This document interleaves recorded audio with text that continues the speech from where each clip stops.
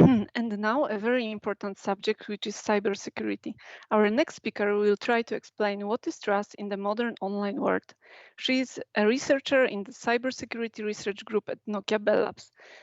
She's an expert in using trusted computing technologies to create a trustworthy telco cloud and using root cause analysis techniques to diagnose and mitigate trust failures. And now with a presentation, What is Trust? Baby Don't Hack Me from Espoo, Finland, let's welcome Gabriela Limonta. Hello, everyone. Pleasure to be here. As Alina said, I'm Gabriela, and I'm going to talk to you about cybersecurity today, or at least my small area of cybersecurity. So for those of you who might be confused about my title, that's actually a callback to the famous Hathaway song, What is Love? So if you're not familiar with that, I would suggest you look for it, and then maybe my title makes a bit more sense. But this is me. I am Gabriela, and I am originally from Venezuela, but I've been living in Finland for 4 years now. And I am both a computer and a communications engineer. Nowadays, I work as a security researcher. And the main thing you need to know about me is that I am not an expert, and I will never claim to be one. I just really want to learn new things. So a little bit about my journey into cybersecurity. If you would have asked me a couple of years ago, what was my dream job or where do you see yourself in 5 years? Cybersecurity wouldn't have been the answer to that. I think my journey into this field has been a mix of curiosity and serendipity. So I've always been very curious to try out new things. When I started studying, I went to school for computer science, and I thought, well, I'll study computer science and I will become a software engineer probably. And then along the way, I had an exchange year in Germany, and there I started looking at some more math-oriented things and formal methods, and I thought, hey, this is interesting. Let's see where it leads. And I wrote a thesis about it. And then after that, I started getting interested in telecommunications. And at the same time, I moved to Finland and I started studying communications engineering. And I started working at NOKIA. And during my job in NOKIA, in the business side, there came an opportunity to do a feasibility study for some security new technologies. And I thought, hey, how about that? Let's take a look. So eventually, that is how I found my place as a researcher into cybersecurity. And why I think it's important to mention this is because a lot of the people I talk to in this area seem to have a similar story. It seems that not many of the cybersecurity people set out to go straight to cybersecurity. Many of us try out different things before kind of settling here. So when I started working in cybersecurity, this is what I thought it would be like. I thought in the first day you get a hoodie and you get a dark room where you hack all day in front of a screen and you get to do really, really cool hacking things, like, I don't know, in a movie. But to be completely honest, this is how my job makes me feel most days.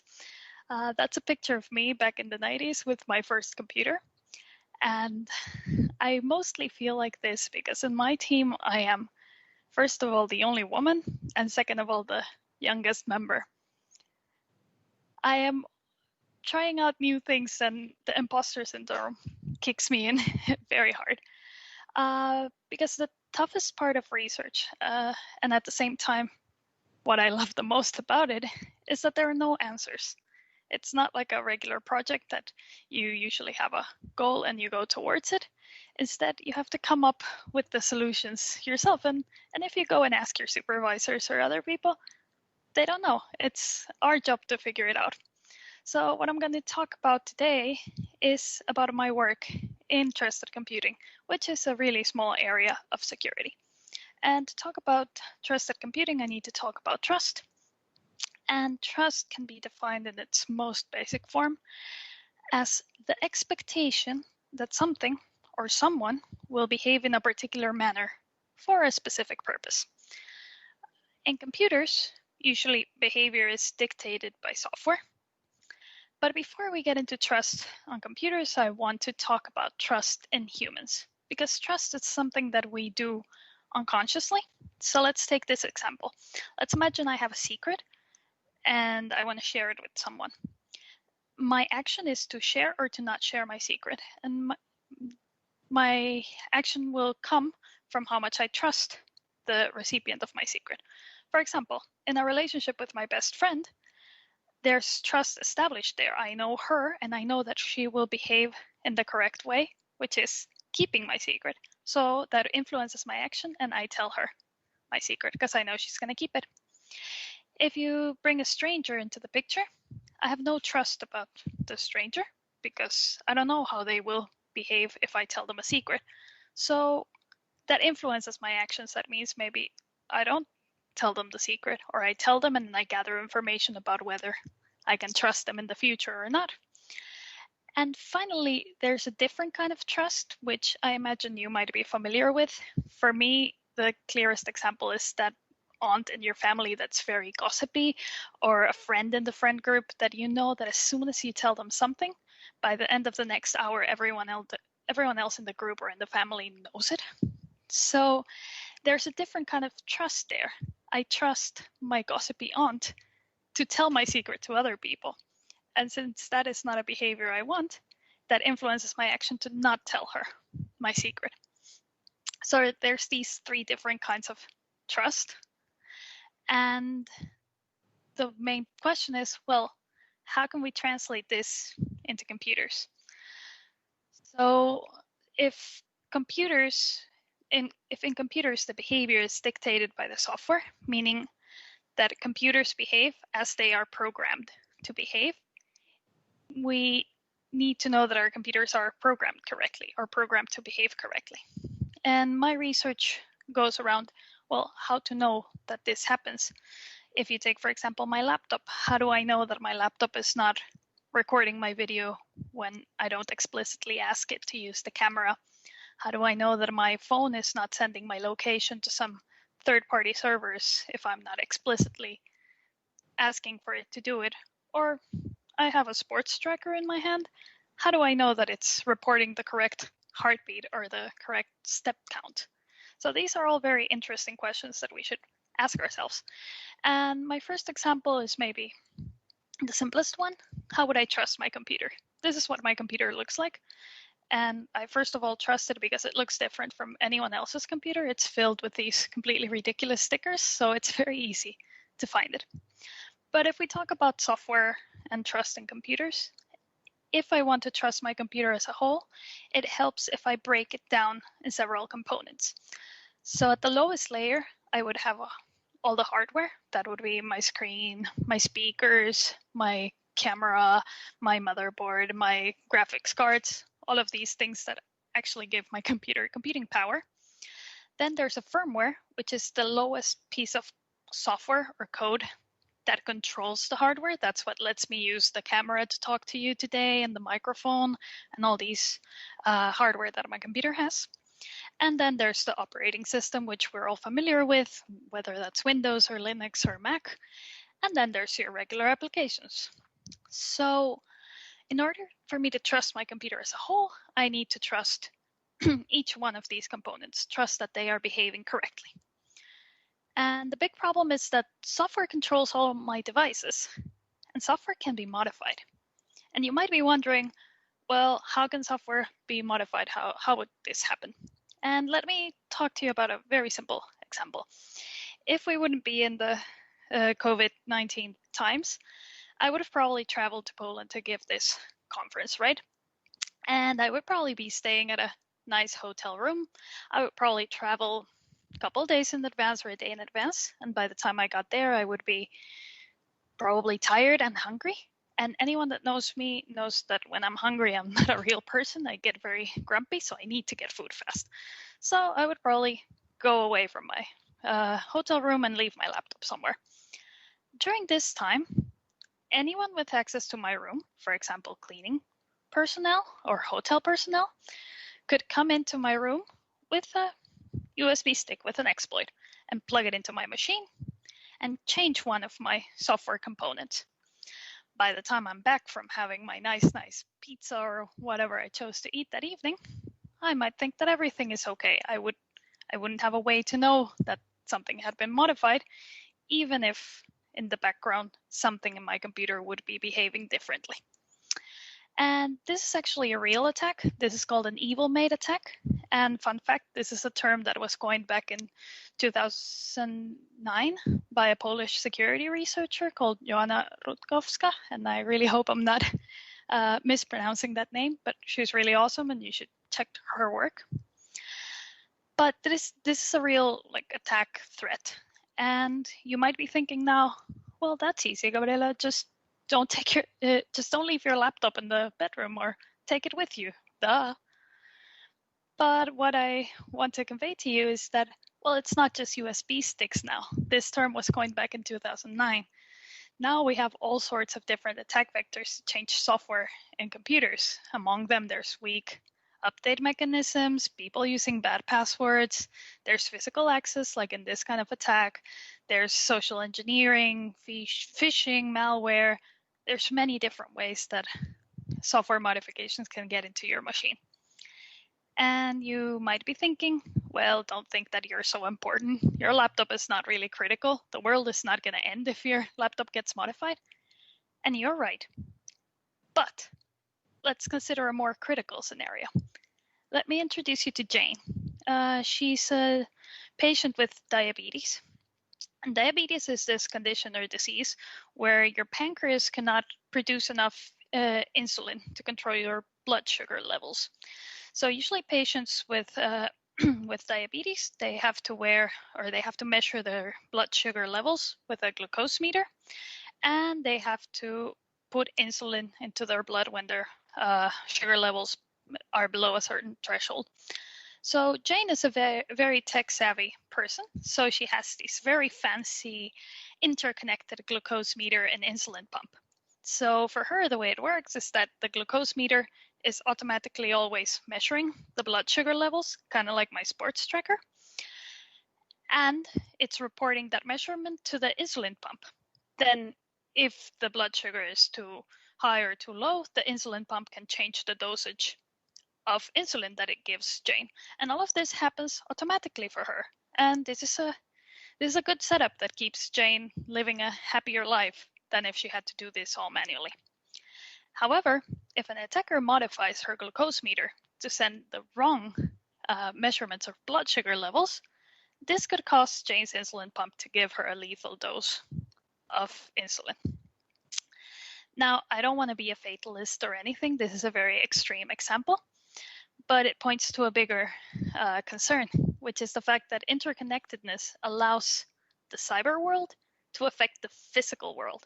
And this is where this matter of trusting computers and devices becomes really, really important. That's because it's not only the medical devices that are being connected to the internet, it's also your smart home, the smart fridges, temperature sensors, your smart coffee machine. It's also self-driving cars, trains, industries, factory robots. All of these things are being connected to the internet, which makes them vulnerable to attacks that modify their behavior. And since they interact with the physical world, they can have, well, critical consequences. So hopefully I've convinced you that trust is important. Now I'm going to tell you how we can build it into our devices and how can we check that our devices haven't been actually modified. And for this, we use this little chip on the screen called a trusted platform module. It's an untamperable cryptographic chip, and I know that that's a mouthful, but it's a little chip that's available in almost all computers and phones. It's technology that's almost as old as I am. And the main function it does is that it can securely store the state of my device. And later on, a third party can request that state and evaluate if it's trusted or not trusted, or if it has changed, basically. So the way we can use this to build trust in our devices is that if I have my computer from the first example we had, and we think of all of these components in my computer, the hardware, the firmware, operating system, and applications, what happens is that whenever I boot my machine, the system state of all of these components is stored in the cryptographic chip. later on, I can ask if this chip or if this computer can be trusted. And then if the state of my computer hasn't changed, I know that it will behave like I want it to. And then the answer is yes, I can trust it. And this is analogous to my best friend. I know that my best friend hasn't changed her personality. She still behaves like I expect her to. So I trust her and I share my secret. Then if anyone has modified any part of my computer, then the state in my chip would be different. And when I ask the question, hey, can I trust this computer? The answer would be no. And this would be kind of similar of either a stranger or me not telling my gossipy aunt about my secrets. So the really important thing in this research is that there is a way that if my device is modified, I can detect it and I can take actions towards this to either fix it or not use that device. The important thing is that I can detect it. So this concept is important because this works all the way from my personal computer to large interconnected industrial robots or more critical like applications. But it is important to note that the work here is far from done. There's still many challenges ahead. And the first ones I can mention off the top of my head are, for example, the supply chain. How do I know that someone hasn't modified my device or my computer before it even gets delivered to me? And this is more important for like nation states actors. There's also how do we move this concept of trust into large-scale distributed system with massive interconnected Internet of Things devices and a bunch of sensors here and there monitoring everything?